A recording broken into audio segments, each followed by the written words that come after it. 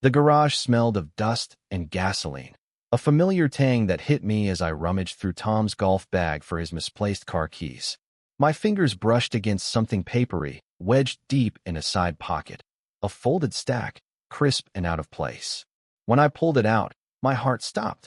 Divorce papers, dated 3 years from now, with my name scrawled in Tom's unmistakable handwriting. I stood frozen, the papers trembling in my hands. The date, July 17th, 2028, glared at me like a prophecy. Why would Tom, my husband of 10 years, hide something like this? We weren't perfect, but we'd built a life together. A cozy house in suburban Chicago, 2 kids, and a rhythm of love that felt unshakable, even through the fights. My mind spiraled. Was this a plan? A mistake? A sick joke? The garage door creaked open, and there he was, Tom, home early from work, his face paling as he saw what I held. "Clara, I can explain," he stammered, but his voice sounded hollow, like it was coming from someone I didn't know. I wanted to scream, to demand answers, but my throat tightened. Instead, I clutched the papers and pushed past him into the house, my heart pounding with a mix of betrayal and dread. The kids were at soccer practice, thank God, because I needed space to think. I locked myself in our bedroom, spreading the papers on the bed. Every line was meticulous, assets divided, custody outlined, my life carved up like a business deal. But the date, 3 years away, made no sense. Was he biding his time, waiting for something? I thought back to the last few months. Tom had been distant, sure, but I'd chalked it up to work stress. He was a financial advisor, always juggling clients, always on calls. But there were signs I'd ignored, late nights, vague excuses, the way he'd started locking his phone. My stomach churned. Was there someone else? Or was this about me, something I'd done or failed to do? I loved him, fiercely, even when we fought over dumb things like dishes or whose turn it was to drive the kids. But this felt like a knife in my back. I heard him knock softly. "Clara, please. Let's talk." His voice was pleading, but I didn't trust it. Not yet. I needed answers, not apologies. I shoved the papers into a drawer and opened the door, my eyes burning. "Why, Tom?" I asked, my voice low but sharp. "Why are these dated 3 years from now?" He looked like he'd been punched, his broad shoulders slumping. "It's not what you think," he said, but his eyes darted away, and I knew he was lying. Or hiding something worse. I didn't let him finish. "Don't," I snapped. "I deserve the truth." He nodded, but said nothing, and in that silence, I felt our marriage cracking. That night, I couldn't sleep. The papers haunted me, their date like a ticking clock. I started digging. I checked his laptop when he was in the shower, something I'd never done before. His email was clean, too clean, like he'd scrubbed it. But in his browser history, I found searches, divorce laws Illinois, future dated legal documents, protecting assets. My blood ran cold. This wasn't impulsive. This was calculated. By morning, I was a mess of rage and heartbreak. I dropped the kids at school, forcing a smile for their sake, and drove to my sister's house. Rachel was my rock, always had been. When I showed her the papers, her eyes widened. "Clara, this is weird. Like sci-fi weird. Who dates divorce papers in the future?" She was right. It was bizarre, almost unreal. But the pain was real. I needed to know why, and I needed a plan. Rachel suggested a lawyer, but I wasn't ready for that. Not yet. Instead, I decided to watch Tom, to figure out what he was hiding. I started small, tracking his phone's location, checking his credit card statements. Nothing stood out at first, but then I found it. A charge for a hotel in the city, one night last month when he'd claimed he was at a conference. My heart sank. Was he cheating? Or was it something else entirely? I confronted him that evening, the kids asleep upstairs. "Tom, what's the hotel charge from last month?" His face went blank, then nervous. "Client meeting," he said, too quickly. I didn't buy it. I pressed, showing him the statement, watching his composure crack. "Clara, you're overreacting," he said, but his voice shook. I wanted to believe him, but the papers in that drawer screamed otherwise. The next day, I followed him. I felt like a stranger in my own life, tailing my husband through Chicago's busy streets. He went to his office, then to a cafe, where he met a woman. She was older, maybe 50, sharply dressed, with a briefcase. Not a mistress, more like a lawyer. They talked for an hour, heads close, papers spread out. My hands trembled as I snapped photos from my car. Who was she? What were they planning? That night, I didn't confront him. I couldn't, not until I knew more. But the seed of doubt had grown into something monstrous. Our marriage, our family, our future, it all felt like a lie. And that date, 3 years away, loomed like a storm I couldn't outrun. The cafe meeting gnawed at me, a splinter I couldn't pull out. I spent the next morning poring over the photos on my phone, zooming in on the woman's face. She had sharp features, graying hair pulled into a tight bun, and an air of authority. The papers on the table were too blurry to read, but one word caught my eye. Trust. Were they discussing a trust fund? A legal trust? Or something shadier? My mind raced with possibilities, each one darker than the last. I needed answers, but confronting Tom felt like walking into a trap. He'd been too evasive, too quick to deflect. Instead, I dug deeper. I called the hotel from the credit card charge, pretending to be Tom's assistant. The clerk confirmed a reservation under his name, but when I pressed for details, she clammed up. Client confidentiality, she said. My stomach twisted. What kind of client meeting happens at a hotel? Rachel came over that afternoon, her eyes scanning my face for signs I was cracking. You look like hell, Clara, she said, handing me a coffee. I told her about the cafe, the woman, the hotel. She leaned forward, her voice low. You need to hire a private investigator. This is beyond you now. I hesitated. A PI felt like crossing a line, like admitting my marriage was already dead. But the papers, that damn date, July 17th, 2028, pushed me over the edge. I nodded. Do it. Rachel knew a guy, someone discreet. His name was Mike, a retired cop with a knack for finding secrets. We met at a diner, and I handed him everything. The papers, the photos, the hotel receipt. His eyes narrowed as he read the date on the divorce documents. This is unusual, he said, scratching his stubble. I've seen a lot, but future-dated divorce papers? That's new. He promised to tell Tom and dig into the woman's identity. Give me a week, he said. Waiting was torture. I went through the motions, cooking for the kids, smiling at their stories, pretending everything was fine.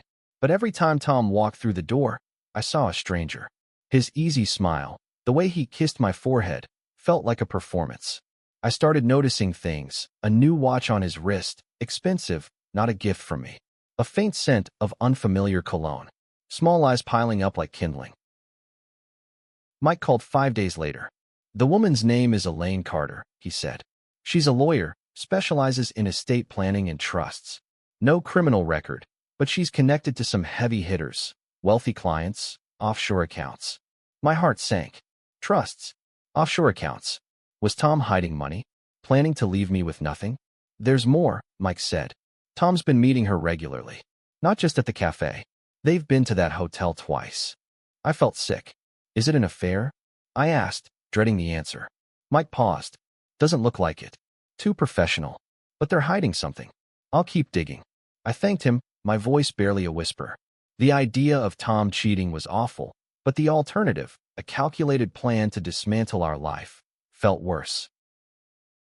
That night, I couldn't look at Tom. He noticed, of course.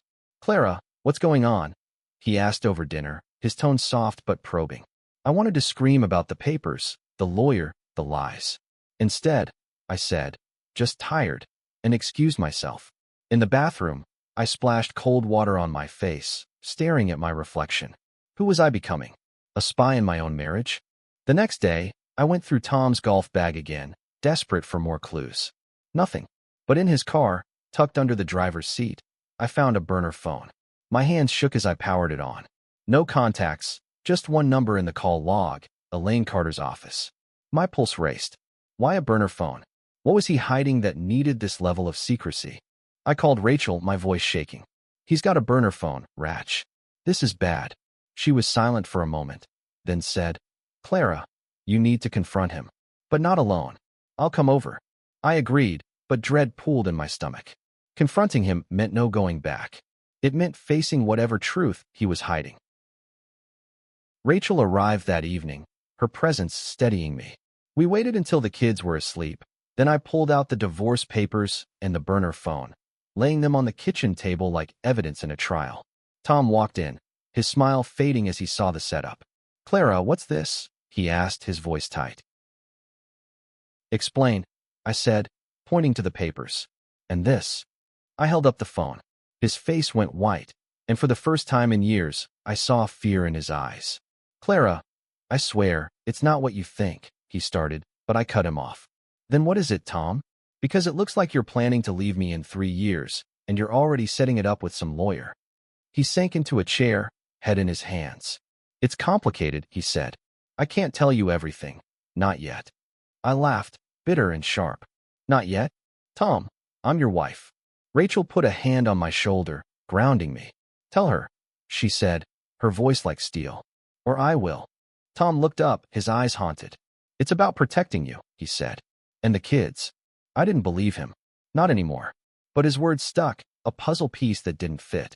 "Protecting us? From what?" "Protecting us." Tom's words echoed in my head, but they felt like a lie wrapped in a half-truth. I stared at him across the kitchen table, the divorce papers and burner phone between us like a chasm. "Protecting us from what, Tom?" I demanded, my voice shaking with anger and hurt. Rachel stood beside me, her presence a silent warning to him. He rubbed his face, looking older than his 38 years. "Clara, I can't explain it all now. It's bigger than us." His vagueness infuriated me. "Bigger than us?" I snapped. "You're planning our divorce 3 years from now? Hiding phones, meeting lawyers in secret, and you expect me to just trust you?" His silence was deafening, and in that moment, I felt our marriage slipping away like sand through my fingers. Rachel broke the tension. "Tom, if you don't start talking, I'm calling the cops. Or a lawyer. Your choice." He flinched, and I saw something new in his eyes. Panic. Not the kind you fake. Real, bone-deep fear. "No cops," he said quickly. "Clara, I'll tell you what I can. But you have to promise to keep this between us." I didn't want to promise anything, but I needed answers. "Fine," I said, crossing my arms. He took a deep breath, his voice low. "It's about my work. Some clients, they're not good people. I got in too deep, and now I'm trying to get out. The papers, the lawyer, it's part of a plan to keep you and the kids safe if things go wrong." I blinked, trying to process. "What clients? What do you mean, go wrong?" He shook his head. "I can't say more. Not yet. It's dangerous, Clara." His eyes pleaded for understanding, but all I felt was betrayal. Dangerous? My husband, the man who coached Little League and burned toast every Sunday, was caught up in something dangerous? I wanted to believe him, to cling to the love we'd built, but the pieces didn't add up. Why future date divorce papers? Why a burner phone? Why Elaine Carter? I pressed him, but he clammed up, repeating, "I'm protecting you." Rachel scoffed. "Sounds like you're protecting yourself, Tom." He didn't argue, just looked defeated. After he went to bed, Rachel and I stayed up, whispering in the living room. "He's lying," she said. "Or at least not telling you everything." I nodded, my gut agreeing. I called Mike, the PI, and told him about Tom's vague confession. "Keep digging," I said. "I need to know what he's really hiding." The next few days were a blur of suspicion and routine. I played the part of the happy wife for the kids' sake, but every smile felt like a lie. Mike called with a bombshell. Elaine Carter wasn't just an estate lawyer. She had ties to a shady financial firm linked to money laundering.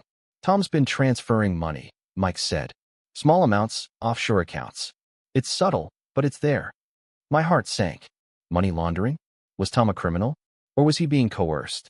I confronted him again, this time alone, in the garage where it all started.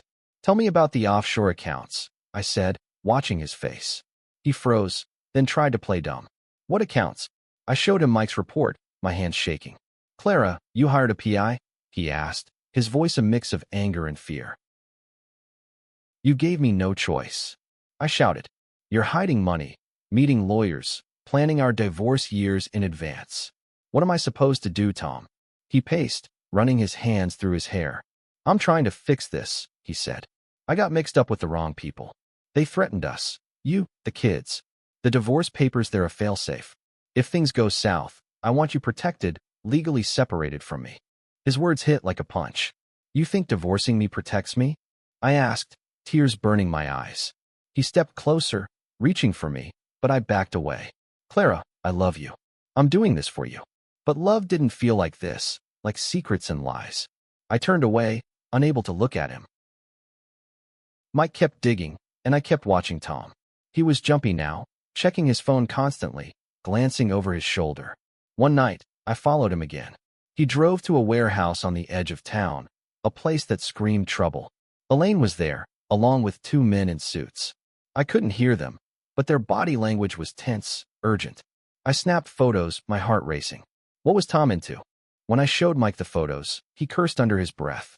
Those guys, they're bad news. Connected to a syndicate. Clara, you need to be careful. Fear gripped me, not just for myself, but for our kids. I started locking the doors at night, checking the windows. Our home, once a sanctuary, felt like a cage. I didn't confront Tom again, not yet. I needed more. But the weight of his secrets was crushing me, and I wondered if I'd ever know the man I married. The date on those papers, July 17th, 2028, felt like a deadline, a ticking bomb, and I was running out of time to defuse it. Fear became my constant companion, a shadow that followed me through every mundane task. Dropping the kids at school, I scanned the parking lot for unfamiliar cars. Cooking dinner, I jumped at every noise. Tom's vague explanations and the warehouse meeting had shattered my trust, and the divorce papers, dated July 17th, 2028, felt like a guillotine hanging over our family. Mike's latest report was chilling. The men at the warehouse were linked to a Chicago crime syndicate, known for money laundering and extortion. Tom wasn't just a financial advisor caught in a bad deal. He was entangled with dangerous people. He's in deep, Clara, Mike said over the phone.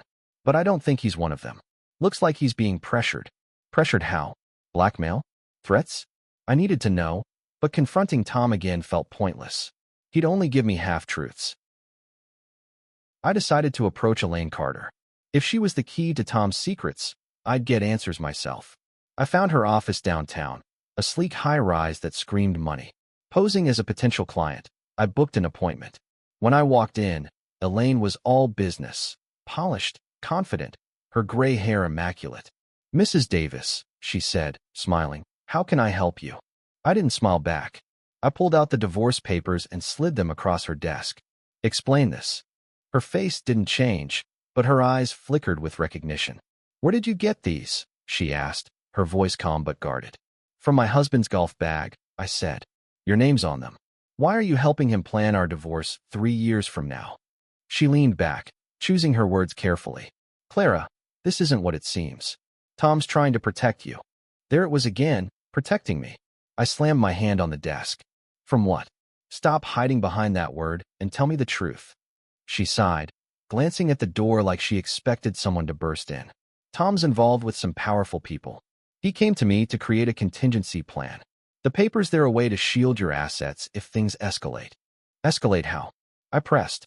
She hesitated, then said, "He's been moving money for them, unwillingly. If they turn on him, he wants you and your children clear of the fallout." My head spun. Moving money? For a syndicate? I felt like I was drowning in a world I didn't understand. "Why 3 years?" I asked. Elaine's face tightened. "That's when he hopes to be out. He's trying to buy time." I left her office shaking, torn between rage and fear. Tom wasn't just hiding a divorce. He was hiding a life I knew nothing about. I drove home, my mind racing. Was he a victim or a criminal? Could I even trust Elaine? She was part of this, after all. When I got home, Tom was in the kitchen, helping our daughter with homework. The normalcy of it gutted me. How could he act so calm when our world was crumbling? That night, I made a decision. I couldn't wait for Mike's next report or Tom's half-truths. I needed to protect my kids. I called a lawyer Rachel recommended, a woman named Susan who specialized in family law. I showed her the papers, told her everything. "This is bizarre," Susan said, echoing Rachel. "Future dated divorce papers aren't legally binding, but they could be part of a larger scheme. We need to secure your finances and your kids' future." Susan helped me freeze our joint accounts and set up a trust for the kids. It felt like betraying Tom, but I had to put them first. When he noticed the frozen accounts, he confronted me, his voice sharp. "Clara, what are you doing? This could ruin everything." I shot back. Ruin what, Tom? Your secret plan? I'm protecting our kids. His face fell, and for a moment, I saw the man I loved, desperate and trapped. But I couldn't let that soften me. Mike called the next day with a breakthrough. He'd traced the burner phone's calls to a man named Victor Russo, a known enforcer for the syndicate. Tom's been meeting him, Mike said. Not willingly, from what I can tell. Looks like they've got leverage on him. Leverage. The word hit like a bullet. Blackmail? A debt? I begged Mike to find out what they had on Tom. I started sleeping with a baseball bat by the bed, paranoia creeping in. One night, I heard a car idling outside our house. I peeked through the blinds. A black SUV, lights off. My heart pounded. Was it them? The syndicate? I woke Tom, my voice shaking. Who's out there, Tom? He looked out, his face ashen. Stay inside, he whispered, grabbing his phone. But I wasn't letting him shut me out again. I followed him to the door, demanding answers. The SUV drove off, but the fear lingered. By the end of the week, I was a wreck. Susan pushed me to file for legal separation, to protect myself legally. I hesitated. Divorce felt so final, so wrong. But those papers, that date, haunted me. July 17th, 2028. What was Tom waiting for? And would we survive until then? The black SUV became a recurring nightmare, idling outside our house at odd hours. I stopped sleeping, my nerves frayed from the constant dread. Tom's explanations grew weaker, his "I'm protecting you" mantra crumbling under the weight of my fear. I didn't know who he was anymore, a victim, a liar, or something worse. But I knew one thing. I couldn't let this destroy our kids. Susan, my lawyer, was relentless. Clara, you need to act now, she said during our latest meeting. File for separation, secure custody, and get a restraining order if you feel threatened. The idea of a restraining order against Tom gutted me. He was still their father, still the man who'd carried our daughter on his shoulders at the zoo. But the burner phone, the syndicate, the divorce papers, they painted a different picture. I nodded, tears in my eyes. Do it. Filing the papers felt like cutting out a piece of my heart. I didn't tell Tom, not yet. I needed to protect the kids first. Susan helped me draft a temporary custody agreement, ensuring they'd stay with me if things escalated. I also moved money into a separate account, just in case. Every step felt like a betrayal, but what choice did I have? Tom's secrets were a ticking bomb, and July 17th, 2028, loomed closer with every passing day. Mike's next report was a game-changer. I found the leverage, he said, his voice grim. Tom's been skimming money from the syndicate. Not a lot, but enough to piss them off. They've got proof, bank records, emails. They're holding it over him, forcing him to keep working for them. My stomach dropped. Skimming? Tom wasn't just a victim. He'd made choices, dangerous ones. Why? I asked, my voice breaking. Mike sighed. Greed, maybe. Or desperation. I'm still digging. I confronted Tom that night, the kids at a sleepover. I laid out everything. The SUV, the syndicate, the skimming. His face crumpled, and for the first time, he didn't deflect. I screwed up, Clara, he said, his voice raw. I thought I could outsmart them, make some extra money for us. But they caught me. Now they own me. He sank to the floor, head in his hands. The divorce papers, they're my way out. If I can hold them off for 3 years, I can get us clear. 3 years? I shouted. You think we can live like this for 3 years? With cars stalking our house, with you lying to me? He looked up, tears in his eyes. I'm trying to fix it, Clara. I swear. But his promises felt empty. I told him about the separation papers, watching him flinch. You're giving up on us? He asked, his voice small. No, Tom, I said. You did. The next day, I met with Mike again. He had a plan, go to the FBI. Tom's small fry compared to the syndicate, he said. If he cooperates, he might get protection. For all of you. The idea terrified me, turning Tom into an informant, putting us in more danger. But what was the alternative? Waiting for the syndicate to make their move? I told Mike to set it up, but I needed to talk to Tom first. That evening, I sat him down. You have a choice, I said, my voice steady despite the ache in my chest. Come clean to the FBI, or I walk away with the kids. His eyes widened. Clara, that'll get us killed. I shook my head. No, Tom. It's our only shot. He argued, pleaded, but I held firm. For the first time, I felt in control, not just a victim of his secrets. The FBI meeting was set for the next day. Mike arranged it through a contact, an agent named Torres. I didn't tell Tom until the last minute, afraid he'd bolt. When I did, he looked like a trapped animal. "You don't understand what you're doing," he said, but he agreed to go. The drive to the federal building was silent, the weight of our broken trust filling the car. Agent Torres was no nonsense, her eyes sharp as she listened to Tom's story. He spilled everything: the syndicate, the skimming, the threats. He handed over the burner phone, emails, bank records.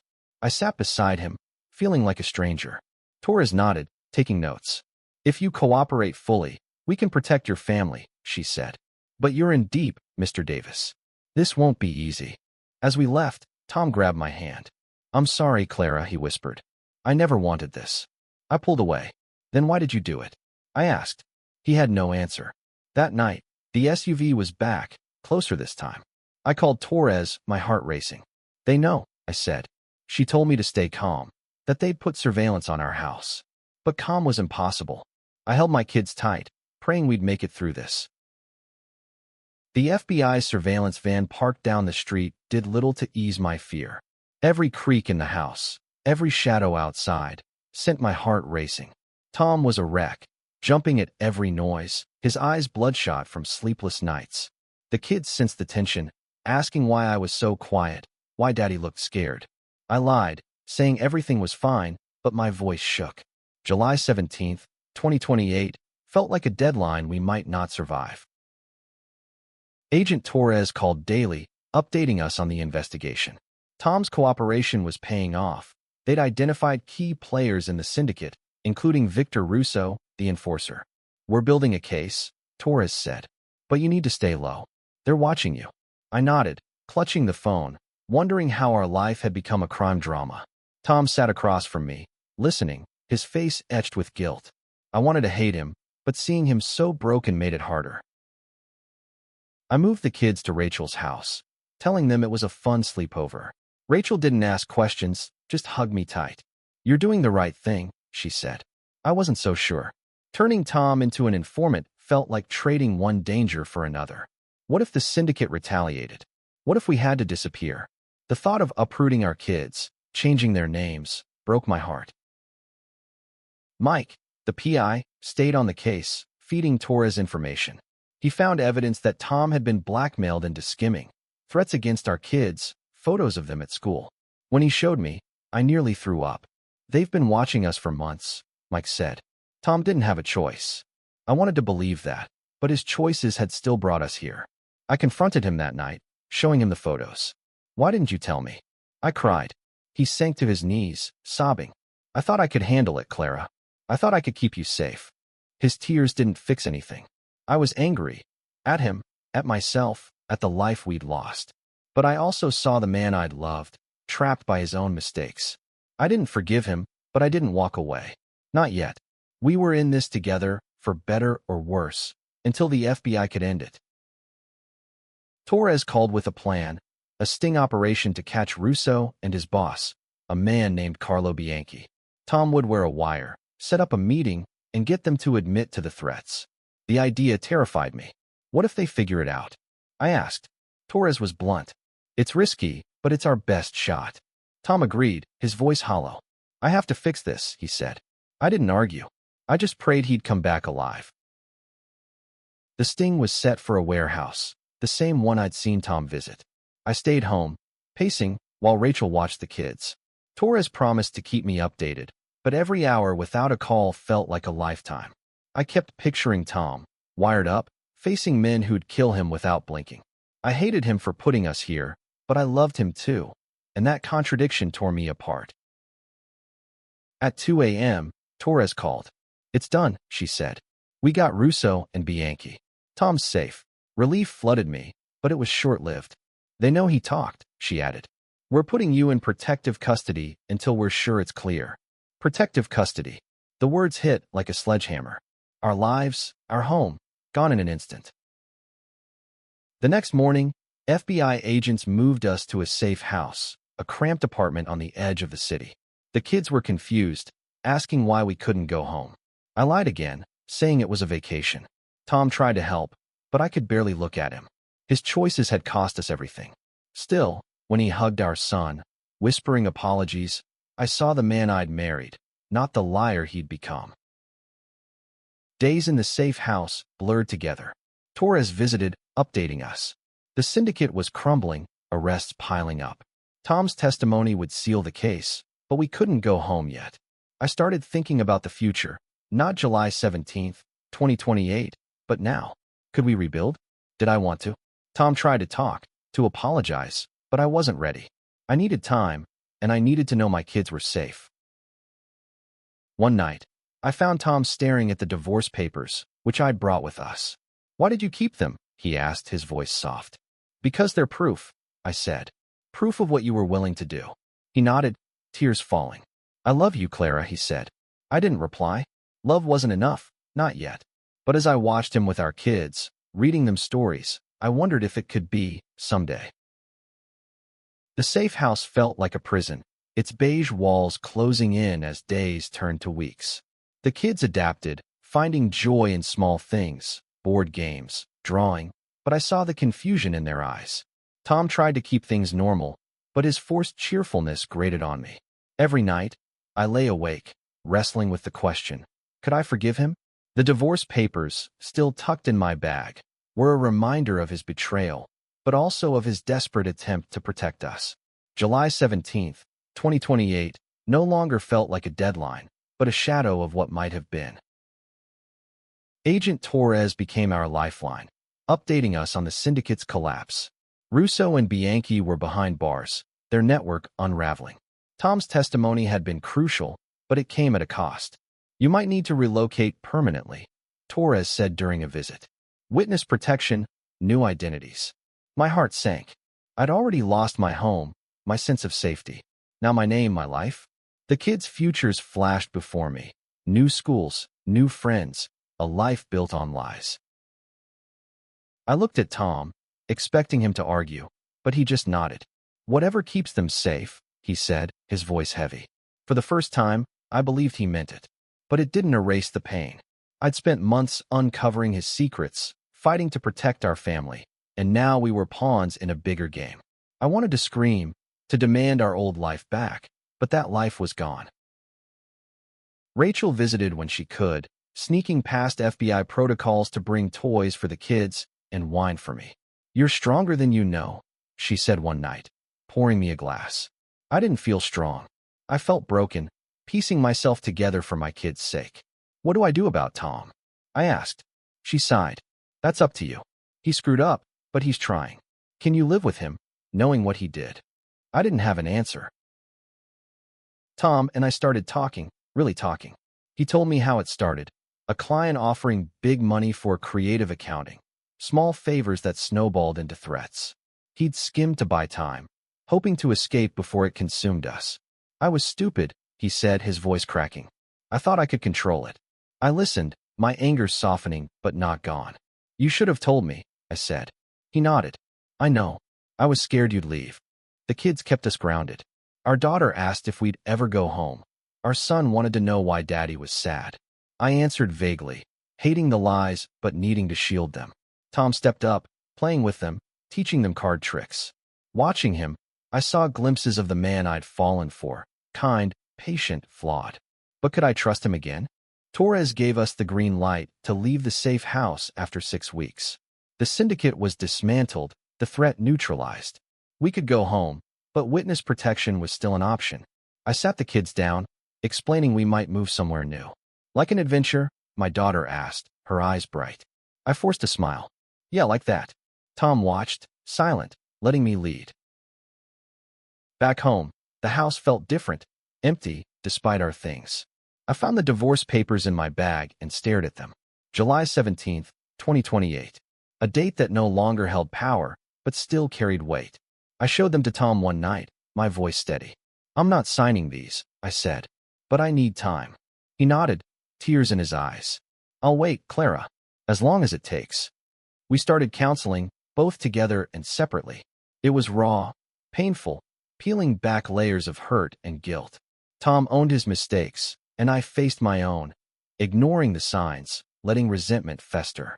The kids thrived, oblivious to the full story, and that was enough for now. I didn't know if we'd stay married, but I knew I wanted to try. Not for Tom, but for the family we'd built, the love that still flickered beneath the ashes. One evening, Tom took my hand, tentative, like he was afraid I'd pull away. "I'm sorry," he said, for the 100th time. This time, I squeezed back. "I know," I said. It wasn't forgiveness, not yet, but it was a start. The future wasn't July 17th, 2028. It was now, messy and uncertain, but ours to rebuild. And for the first time in months, I felt hope.